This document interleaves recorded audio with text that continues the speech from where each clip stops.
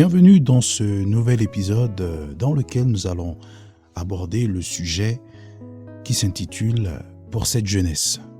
C'est un sujet à caractère éducatif, instructif, mais aussi qui vise vraiment l'éveil de conscience chez la jeunesse parce que dans les temps dans lesquels nous sommes, la jeunesse est vraiment victime d'un système de pensée qui l'a conduit à adopter des comportements ou un comportement qui est vraiment hostile à la pensée de Dieu, du moins qui éloigne de plus en plus les jeunes filles, les jeunes garçons à la vie que Dieu a prévue pour eux. Parce que lorsqu'on regarde un peu comment les jeunes s'adonnent à la drogue, s'adonnent au sexe, s'adonnent à la délinquance, à la désobéissance, à la rébellion vis-à-vis des parents, on se rend compte que tout cela explique un peu le déclin de la société, sinon des sociétés dans lesquelles nous vivons aujourd'hui.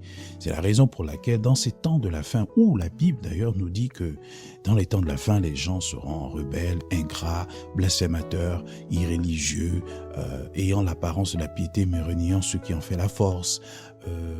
Vraiment, toutes ces situations sont là pour véritablement nous donner de comprendre les temps dans lesquels nous sommes. Et nous les vivons, nous les tutoyons au quotidien. Et la volonté de Dieu, c'est que l'homme soit sauvé, c'est qu'il ne périsse pas, en tout cas, nous dit la parole de Dieu. Or, Dieu veut que tout homme soit sauvé. Et c'est la raison pour laquelle il a envoyé Jésus-Christ de Nazareth. Donc, nous, face à cela, nous devons faire quelque chose. Nous, enfants de Dieu, nous, les personnes qui avons déjà reçu le salut, qui avons déjà reçu la vie éternelle, nous sommes appelés à intervenir pour faire quelque chose. Parce que hier, nous étions jeunes. Aujourd'hui, certainement, nous avons un certain âge. Pour certains, on a déjà dépassé la quarantaine. Pour d'autres, on n'a pas encore. En tout cas, dans mon cas, je n'ai pas encore atteint la quarantaine au moment où j'enregistre ce podcast. Mais dans tous les cas, nous avons tous été bébés, enfants, adolescents, jeunes adultes, et naturellement, nous allons suivre le cours naturel des choses par la grâce de Dieu. Donc, tout le monde passe par là. Donc, il n'y a pas à se dire que c'est un sujet qui concerne la jeunesse et les parents n'ont qu'à prendre leurs responsabilités, par exemple. Non, tout le monde doit prendre ses responsabilités et particulièrement les chrétiens, les enfants de Dieu qui ont cette responsabilité d'évangéliser, d'annoncer la bonne nouvelle parce que seule la bonne nouvelle peut véritablement transformer le cœur d'une personne. Parce que dans ce monde, il y a beaucoup d'éveilleurs, on va dire, des personnes qui éveillent la conscience, donc qui sont engagés civiquement, qui vont essayer de proposer des alternatives à la jeunesse, ce qui est tout à fait louable. D'accord ? On ne peut pas dénoncer cela, bien au contraire. Je suis tout à fait, en tout cas en tant que leader civique, c'est d'ailleurs ce que je m'évertue à faire, à travers mon ONG GM Entrepreneurship, où nous encourageons l'éducation populaire des femmes, parce que nous pensons que les femmes influencent vraiment le cours du développement, de l'image d'une société. C'est d'ailleurs en cela que certaines personnes disent que ce que femme veut, Dieu veut, parce que la femme occupe vraiment une place importante. Et d'ailleurs, je penserai vraiment un jour à aborder un épisode sur la femme. Mais de façon générale, ce qu'on doit comprendre, c'est que une responsabilité nous incombe dans cette affaire-là. On a une part de responsabilité, nous, en tant qu'enfants de Dieu. Vous savez, j'ai eu la grâce de grandir dans une famille où mes parents m'ont influencé de façon très positive. Mon père, comme je le dis souvent, m'a influencé à la culture de la lecture de livres. Et quand je parle de lecture de livres, c'est des livres qui relevaient de la littérature française, donc des romans, etc. Et ma maman aussi allait dans ce sens. Elle m'a aussi influencé dans cette culture-là, notamment à travers des livres chrétiens, donc des livres de témoignages chrétiens, mais aussi de la lecture de la Bible, parce que la Bible, vraiment, c'est un livre dans lequel j'ai baigné depuis toute mon enfance. Et cela grâce à l'éducation, l'influence de ma maman. Et ayant justement reçu ces influences-là, ma vie a été façonnée d'une certaine façon, a été structurée d'une certaine façon, on va dire, a été beaucoup plus orientée d'une certaine façon. Donc, je me suis toujours environné de personnes qui avaient de bonnes valeurs. Et à un moment donné, face à certaines influences, j'ai trébuché. Et donc, je me suis donné à certaines pratiques de la jeunesse, telles que la débauche, donc la vie en tout cas, de boîtes de nuit, des choses comme ça. Et de là, une personne va m'interpeller, me parler du Seigneur. Et je vais commencer à... De toute façon, bien avant cela, je commençais à avoir des petites interpellations, des songes où je voyais comme si on me poursuivait, ou comme si j'allais perdre la vie. Et du simple fait d'annoncer le nom de Jésus, je revenais à la vie. Des choses comme ça m'arriveraient. Et avec le temps, donc une personne m'a parlé du Seigneur Jésus-Christ de Nazareth dans mon lycée. Une fille que je respecte beaucoup. Et une grande sœur d'ailleurs. Avec le temps, je vais finalement donner ma vie au Seigneur. Je vais revenir au Seigneur parce que, voilà, j'avais été, comme on dit, en rétrograde. Et je suis revenu au Seigneur et depuis ce jour jusqu'à aujourd'hui, je suis resté dans la foi plus de 10 ans après. Donc, je crois, en tout cas, voilà, après mon retour au Seigneur. Alors, cela m'a donné vraiment de réaliser que lorsqu'on enseigne l'enfant selon les voies du Seigneur, la Bible dit vraiment la vérité. C'est-à-dire que même si l'enfant vient à se laisser emporter par certaines influences, ce dernier, tôt ou tard, aussi longtemps que... Ah bien, bien sûr, il a aussi une part de responsabilité. Aussi longtemps qu'il aura quand même cette disposition à revenir vers le Seigneur, à penser au Seigneur, même dans sa bêtise, eh bien le Seigneur enverra toujours des personnes pour ramener ce dernier dans le droit chemin. Parce que même quand j'étais encore dans le monde, quand j'avais abandonné le Seigneur, j'aimais la musique. Je créais quasiment des sons et je composais de la musique, donc du rap conscientisant, où je recommandais certains conseils de vie, influencé par, bien sûr, l'éducation chrétienne que j'avais reçue de ma maman. Mais tout ça, c'était la justice de l'homme parce que je n'étais plus dans la voie de Dieu. Mais j'utilisais l'éducation chrétienne que j'avais reçue pour essayer de me conscientiser, de me trouver en tout cas comme un anesthésiant à la culpabilité d'avoir abandonné le Seigneur. Mais dans tous les cas, la semence de l'éducation chrétienne que j'avais reçue de ma maman était là. Ce qui fait que lorsqu'une personne venait me parler encore de ce Jésus-Christ de Nazareth, eh bien ça résonnait forcément dans mon cœur parce que la semence était là. Il y avait une prédisposition naturelle à écouter la voix de Dieu, à entendre la voix du Saint-Esprit, du moins à prêter attention à cette voix-là qui nous rappelle la vie en Christ. Et c'est en cela que, quelque temps après, je suis revenu au Seigneur. Donc, l'éducation que nous donnons à nos enfants façonne leur vie, façonne leur avenir.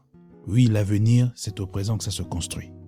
C'est l'investissement que nous déployons aujourd'hui qui va se manifester dans l'avenir.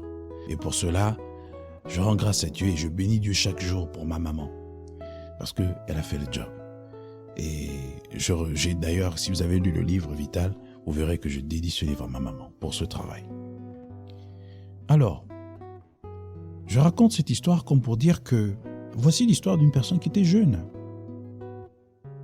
Et d'ailleurs, je le suis toujours, mais qui, pendant sa jeunesse, à un moment donné, a été emporté par les influences de ce monde. Et c'est une situation à laquelle tous les jeunes, surtout de cette génération, sont confrontés. Beaucoup finissent par faire des choses qu'ils ou elles n'ont pas envie de faire, mais juste parce que l'influence est forte. L'influence est telle qu'elle balaie même l'éducation reçue par les parents. Beaucoup de personnes ont eu cette grâce de, d'ailleurs, grandir, évoluer dans une famille où l'évangile a été annoncé, le travail de l'éducation a été fait comme il se faut. Mais au dehors, la pression, l'ennemi travaille. Donc ce qui fait que il y a comme ce phénomène de rétrogradation auquel beaucoup de jeunes vont se confronter, en tout cas se confrontent aujourd'hui.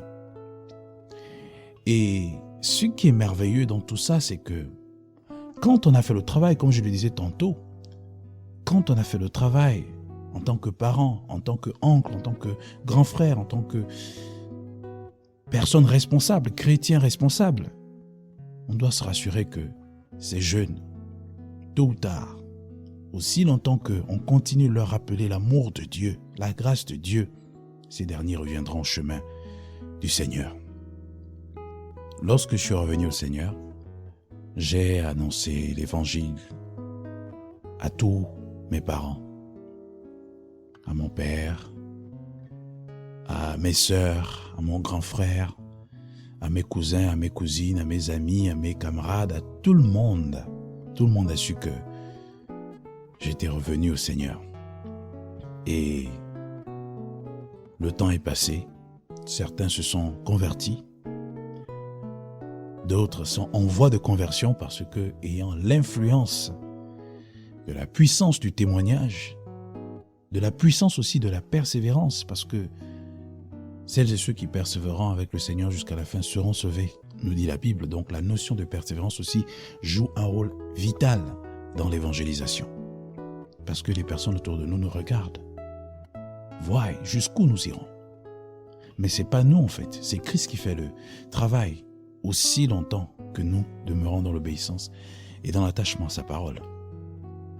Donc on a une part de responsabilité. C'est dans cela que Christ dit que si vous entendez ma voix, n'endurcissez pas vos cœurs. Et il frappe à la porte. Si on ouvre, il rentre et il va déjeuner avec nous. Et ensemble, nous allons marcher, la main dans la main. On suivra ses traces. Mais nous avons la responsabilité de continuer la marche tout en tenant la main sur le Seigneur, sur sa parole, comme disait Pierre. Sur ta parole, je jetterai le filet. Donc, aussi longtemps qu'on marche avec le Seigneur, aussi longtemps qu'on a les yeux fixés sur lui, on pourra jeter le filet, on pourra aussi marcher sur les eaux. Donc, on pourra vivre cette vie extraordinaire, surnaturelle, spirituelle, en Jésus-Christ de Nazareth, une vie pleine de bonheur. Parce que la Bible nous dit que celui qui se confie en l'Éternel est une personne heureuse, est une personne bénie, cette personne qui le fait. Donc, c'est très important de comprendre cela. Alors, c'est une responsabilité.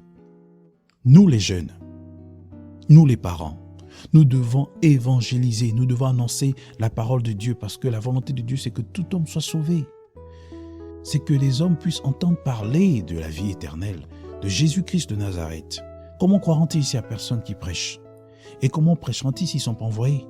Or, nous avons été envoyés. Aller par tout le monde et annoncer la bonne nouvelle à toute la création. Vous voyez? Nous avons reçu ce mandat. Donc, c'est très important de le comprendre.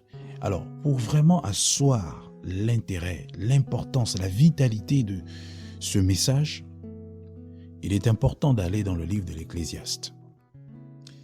Alors, la Bible nous dit ceci. Ecclésiaste chapitre 12. « Jeune homme, réjouis-toi dans ta jeunesse. Livre ton cœur à la joie pendant les jours de ta jeunesse.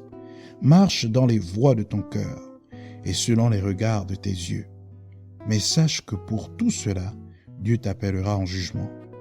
Bannis de ton cœur le chagrin et éloigne le mal de ton corps, car la jeunesse et l'aurore sont vanité. Mais souviens-toi de ton Créateur pendant les jours de ta jeunesse, avant que les jours mauvais n'arrivent et que les années s'approchent où tu diras « Je n'y prends point de plaisir ». Avant que s'obscurcissent le soleil et la lumière, la lune et les étoiles, et que les nuages reviennent après la pluie. Temps où les gardiens de la maison tremblent, où les hommes forts se courbent, où celles qui moulent s'arrêtent parce qu'elles sont diminuées, où ceux qui regardent par les fenêtres sont obscurcis, où les deux battants de la porte se ferment sur la rue quand s'abaisse le bruit de la meule, où l'on se lève au chant de l'oiseau, où s'affaiblissent toutes les filles du champ, où l'on redoute ce qui est élevé, où l'on a des terreurs en chemin, où l'amandier fleurit, où la sauterelle devient pesante, et où la capre n'a plus d'effet, car l'homme s'en va vers sa demeure éternelle, et les pleureurs parcourent les rues. Avant que le cordon d'argent se détache, que le vase d'or se brise, que le seau se rampe sur la source, et que la roue se casse sur la citerne, avant que la poussière retourne à la terre, comme elle y était, et que l'esprit retourne à Dieu qui l'a donné. Vanité des vanités, dit l'Ecclésiaste, tout est vanité.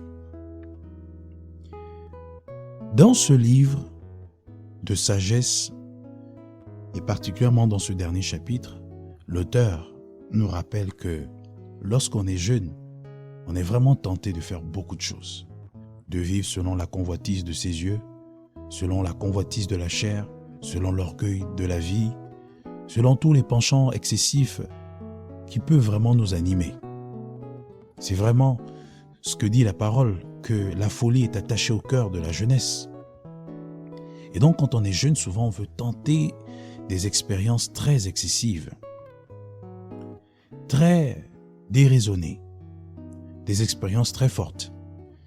Et c'est la raison pour laquelle, étant conscients de ça, les parents doivent investir dans l'éducation, dans cette influence morale de la parole de Dieu, dans cette influence aussi mentale qu'enseigne la parole de Dieu.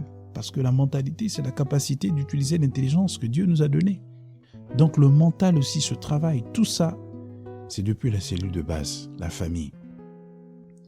Donc comprendre cela nous permet de prédisposer les jeunes à revenir au Seigneur si jamais un jour ils viennent à vivre selon les désirs de leur cœur, les penchants de leur cœur, les influences de ce monde, les croyances de ce monde, la coutume, les habitudes de ce monde. Parce que regardez, aujourd'hui la jeunesse est éduquée d'une manière ou d'une autre à travers le monde du cinéma, à travers la musique, la culture. Ces chantres de la culture mondaine façonnent la compréhension, la culture, la façon de voir des choses de la jeunesse. Parce qu'aujourd'hui, si on veut faire passer un message, il faut adopter les codes qui sont propres à la jeunesse. Il faut adopter les codes qui parlent à la jeunesse. Mais qu'est-ce qui parle mieux aujourd'hui à la jeunesse? N'est-ce pas la culture pop? N'est-ce pas la culture mondaine? C'est l'ensemble de ces choses qui doivent vraiment nous amener à nous poser des questions sur ce que nous devons faire. Dans tous les cas, nous avons quelque chose à faire. Vous savez, ce matin, j'étais inspiré par un songe. J'étais inspiré par un songe que j'ai reçu de la part du Seigneur et qui était très, très interpellant et très révélateur de ce qui se passe en ce moment chez la jeunesse. Et particulièrement de la responsabilité que nous avons à ce sujet. Alors, je vais vous partager en tout cas ce songe. J'ai pris la peine de le noter dans mon journal. Je suis allé point par point et par la grâce de Dieu, je prie que le Seigneur nous communique sa pensée et que nous puissions vraiment, au sortir de là, prendre la mesure de ce qui est et aller à l'action, passer vraiment à l'action, annoncer la bonne nouvelle de la grâce de Dieu. Alors, j'ai fait un songe dans lequel j'ai vu un artiste très connu dans la culture africaine qui est investi dans ce qu'on appelle l'afrobeat. Il est très populaire, très connu, et d'ailleurs une fois je l'ai vu, mais bon, c'est sans importance. Du coup, dans un songe, je vois ce dernier, et c'est comme si nous étions ensemble, j'étais avec lui, je ne sais pas ce que je faisais là, c'est comme si nous étions dans sa résidence ou dans son immeuble, et ce dernier me raccompagnait. Et lorsqu'il me raccompagnait, il y avait comme de la musique qui jouait, c'était de l'afrobeat, et c'était certaines chansons que je connaissais d'ailleurs, que j'aimais bien lorsque j'étais dans ma période de rétrogradation, en tout cas, lorsque j'étais retourné dans le monde. Et je commençais à chanter ces chansons. Je disais, waouh, j'aime ça. Et d'ailleurs, jusqu'aujourd'hui, ces chansons-là, souvent, lorsque je les écoute, c'est vraiment parce que j'étais un beatmaker.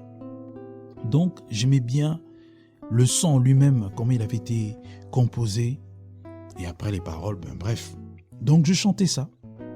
Et lui aussi chantait avec moi. Et j'ai dit, ah d'accord, tu connais ça? Oui, oui, mais alors là, ils ont bien assuré dans cette chanson, etc. Et après, c'est comme s'il avait une sécurité. Donc des gens, ses gardes-corps, qui sont allés monter dans une voiture vraiment impressionnante, de marque. Et là, lui, j'étais censé partir avec lui. Et il cherchait la voiture que nous devions prendre. Et à un moment donné, il est allé vers une Rolls-Royce, je crois. Et il hésitait, après il a dit non, allons-y dans l'autre voiture. Et on est monté dans l'autre voiture qui était quasiment comme une Toyota Carina, d'accord? C'est des voitures qu'on voit beaucoup plus dans les pays du tiers-monde. Hein? Parce que depuis que je vis en Europe, j'ai jamais vu ce genre de voiture-là ici. Donc voilà, nous sommes montés dans cette voiture. Et lorsqu'on a démarré, on a commencé j'ai entamé une conversation avec lui. Et il se trouvait que il avait l'air très fier. Vous voyez, quand une personne a réussi, déjà, même lorsque vous suivez certains de ses clips, vous voyez que c'est toujours cette culture de mon argent, ma voiture, mes voyages, ma popularité, ma personne, etc. Vous voyez un peu. Et de là, j'ai commencé à ressentir la pensée de lui parler. D'accord? Et je lui pose des questions. Je lui dis, qu'est-ce que tu fais? Il dit, mais moi, je suis professeur à Harvard, hein, donc voilà, j'ai ceci, je suis là. Et je me rendais compte qu'au fil du temps, j'étais le seul à lui poser des questions. Un peu comme si j'étais le seul à m'intéresser à ce qu'il faisait et que moi, je n'étais pas digne d'être justement, de recevoir des questions sur ma vie. Et il était question qu'il me dépose justement chez moi. Et alors qu'on avance, je ressens dans mon esprit la pensée de vraiment lui parler du Seigneur. Et je vais commencer à aborder la question du temps. Car tu sais, c'est vrai que dans la vie, on se dit toujours qu'on a du temps, mais c'est important de penser à Dieu. Et là, tout de suite, il m'a dit, ah ben voilà. Enfin, il m'a dit, je savais que tu étais chrétien. Je lui ai dit, mais comment ça? Il dit, non, mais je savais. J'ai dit, mais pourtant, j'ai pas une tenue religieuse. Hein, je suis pas habillé d'une certaine façon pour que tu me le dises. Il me dit, non. Lorsque je t'ai vu au premier abord, j'ai senti que tu étais chrétien en tout cas. J'ai dit, ok, d'accord, mais en tout cas, dans tous les cas, moi, j'aimerais vraiment te dire que, et là, je vais le lire parce que c'est très important de le mentionner, parce qu'en fait, il était question de me déposer quelque part et le quartier en fait dans lequel on allait, c'était comme si c'était un bidonville. C'est comme si on quittait d'une zone résidentielle, chic, pour aller dans un, comment on dit au Gabon, un matiti. Et lorsqu'on est arrivé, il a en fait dépassé l'entrée de là où moi je devais arriver et j'ai dit, ah non mais c'est là. Après il a dépassé, il a dit, ah ok d'accord, il a retourné, il est revenu. Et il est retourné, puis il est revenu. Et après, on est rentré. Et là, c'est là où vraiment j'ai vu que j'avais plus assez de temps. J'ai commencé à vraiment lui parler du Seigneur. J'ai dit, tu sais, et comme on était en train de parler en anglais, je vais lire ça et par la suite, je vais traduire. Je lui disais, tu sais, for each season, there are activities that must be undertaken, otherwise, there will be everlasting regret.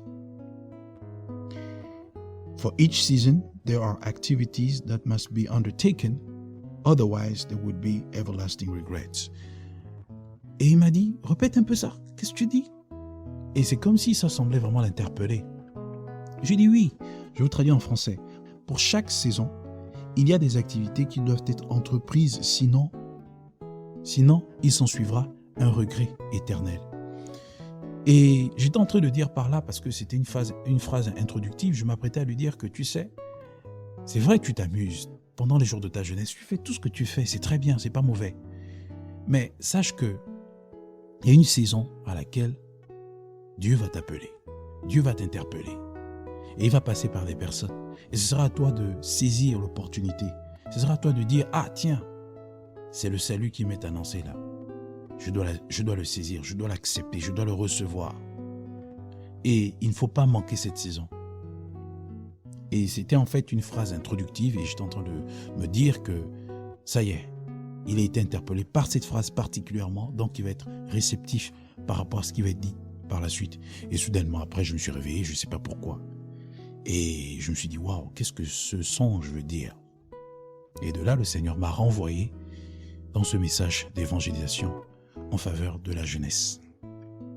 Comme pour dire que voilà un peu un prototype de jeune qui vit selon les penchants de ce monde, selon le train de ce monde, qui ne se soucie de rien, mais qui va vraiment une vie à 100 à l'heure, mais qui, un jour, doit être confronté à cette pensée que, attention, mais souviens-toi que tu as des comptes à rendre à Dieu. Comme il est dit dans l'Ecclésiaste, mais sache que pour tout cela, Dieu t'appellera en jugement. Bannis de ton cœur le chagrin et éloigne le mal de ton corps, car la jeunesse et l'aurore sont vanité. Souviens-toi de ton Créateur pendant les jours de ta jeunesse, avant que les jours mauvais n'arrivent et que les années s'approchent où tu diras « Je n'y prends point de plaisir ». Oui, un jour, dans la jeunesse, quand on n'a pas saisi la voix de Dieu, où on arrive à dire « Waouh, j'ai perdu du temps. Je n'y prends plus plaisir à toutes ces choses-là, les boîtes de nuit, le sexe, la débauche, le m'as-tu vu, tout ce que nous connaissons, la cupidité, la vaine gloire, toutes ces choses, tous ces mots qui minent la jeunesse. Il y a un jour, on va dire « Oh là là, j'ai perdu du temps ». Et pour ne pas arriver dans ce regret, et parfois même, certains se trouvent dans un regret éternel, pour ne pas arriver là-bas, il est important de saisir la voix de Dieu. C'est la raison pour laquelle la Bible nous dit « Aujourd'hui, si vous entendez ma voix, n'endurcissez pas vos cœurs. Recevez le Seigneur et vous aurez la vie éternelle. » C'est le message de cet épisode. Chère jeunesse, que Dieu te bénisse.